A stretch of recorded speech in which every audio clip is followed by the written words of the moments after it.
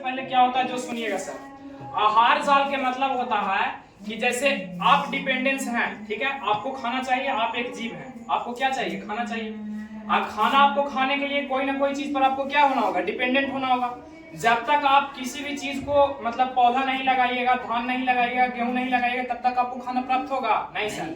तब वैसे ही एक प्रकार का सिस्टम बनाया गया सर, जो पृथ्वी पर है एक सिस्टम है, एक इकोसिस्टम बना हुआ है जिससे सभी जीव अपना क्या करते हैं, पेट भरते हैं। जैसे यहाँ पे आप नॉर्मल देखिए, आपको पता होगा कि इस पृथ्वी पर ऊर्जा का जो सबसे बड़ा स्रोत होता है वो सूर्य होता है सर। सूर्य के पास इतना ऊर्जा है, उसी का ऊर्जा से हम लोग पृथ्वी पर हर चीज को क्या करते हैं, बनाते हैं सर। जैसे आप यहाँ पे सबसे पहला जो उत्पादक के रूप में जानते हैं सर, जो सबसे पहला उत्पादक पृथ्वी पर होता है वो कौन होता है, पेड़ पौधा होता है। कहा कि पेड़ पौधा उत्पादक है सर। उत्पादक के श्रेणी में किसको रखा गया, पेड़ पौधा को। ये उत्पादन करता है और इसी से सारा चीज को, जितना भी सारा जीव है इस पृथ्वी पर, उस सभी जीव को क्या करता है, अपना पोषण करता है। जैसे आप यहाँ पे देखिए, ये पौधा है, तो पौधा जो है ये अपना ऊर्जा किससे ग्रहण कर रहा है, सूर्य से कर रहा है। और सूर्य से ये पौधा ग्रहण कर रहा है, तब पौधा के कौन खा रहा है, देखो तो टिड्डा खा रहा है। पौधा को कौन खा रहा है, टिड्डा।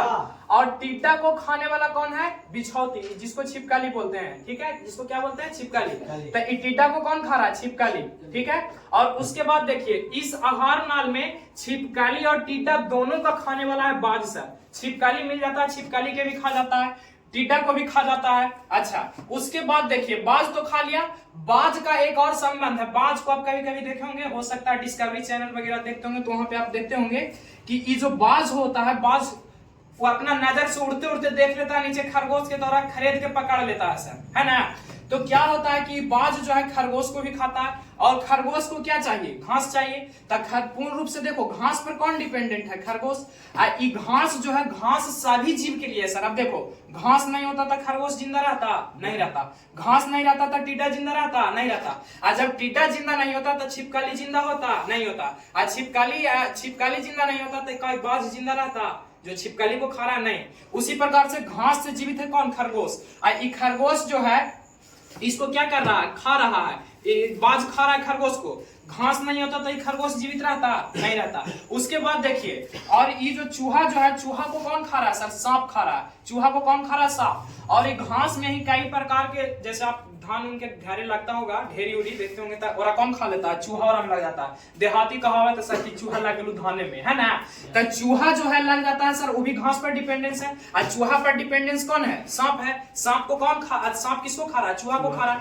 पेड़ नहीं होता तो जिंदा होता, चूहा नहीं होता। और चूहा नहीं होता तो सांप जिंदा नहीं होता। और सांप को कौन खा जाता है, चील खा जाता है, यानी बाज खा जाता है। आई बाज जो है, ये पूरा इकोसिस्टम के लगभग अथी को खा रहा है सर, जीव को खा रहा है। तो इससे पता चलता है कि एक जीव जो है पेड़ पर आधारित है, और उसके पीछे वाला जो जीव है, वो पीछे वाला जीव उस पर आधारित है सर। जैसे आप देखिए, सब पूर्ण रूप से किस पर आधारित है, पेड़ पर आधारित है।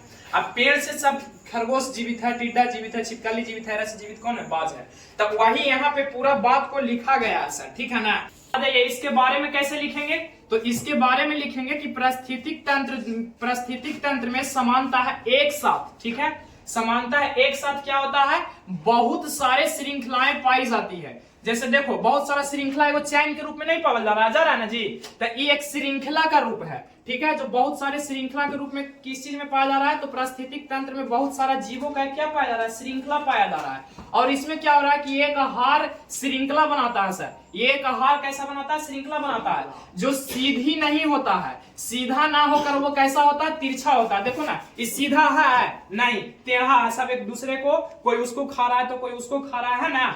तो आहार श्रृंखला कभी भी सीधा नहीं होता है। आहार श्रृंखला हमेशा कैसा होता है, तिरछी होता है सर। और कहा गया है कि यह एक जाल की तरह होता है, जिसे क्या कहते हैं, आहार जाल कहते हैं। यह एक किसके तरह है, जाल की तरह है, तो इसको क्या बोलते हैं, आहार जाल कहते हैं सर। उसके बाद आ जाइए, जैसे में यहाँ पे एक एग्जांपल दिया गया है कि एक घास के मैदान के, ठीक है, एक घास के मैदान के पारिस्थितिक तंत्र में, घास के मैदान में पारिस्थितिक तंत्र में, ठीक है, पाया जाने वाला जीव, जैसे कि आप लोग जानते होंगे, आप लोग गांव से आते हैं तो आपको पता होगा सर कि गांव में क्या होता है कि बरसात उरसात के दिन में देखे होंगे कि जो हरियाली वाला जीवन, हरियाली का जब टाइम आता है तो उसमें बहुत सारा आपको मेढक नजर आता होगा, कीट पतंग बहुत नजर आता होगा, सांप नजर आता होगा, गिरगिट नजर आता होगा, बाज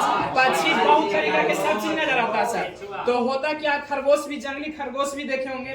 तो इस प्रकार से सब मिलके एक तंत्र बनाता है, जिसको हम लोग क्या नाम देते हैं जी, एक पारिस्थितिक तंत्र नाम देते हैं। और उस पारिस्थितिक तंत्र में क्या होता है, इसका परिणाम यह होता है कि सब जीव जंतु खाने के लिए, आहार के मतलब क्या होता है, खाना, आहार का मतलब खाना, तब भोजन के लिए एक जीव दूसरे जीव पर क्या रहता है,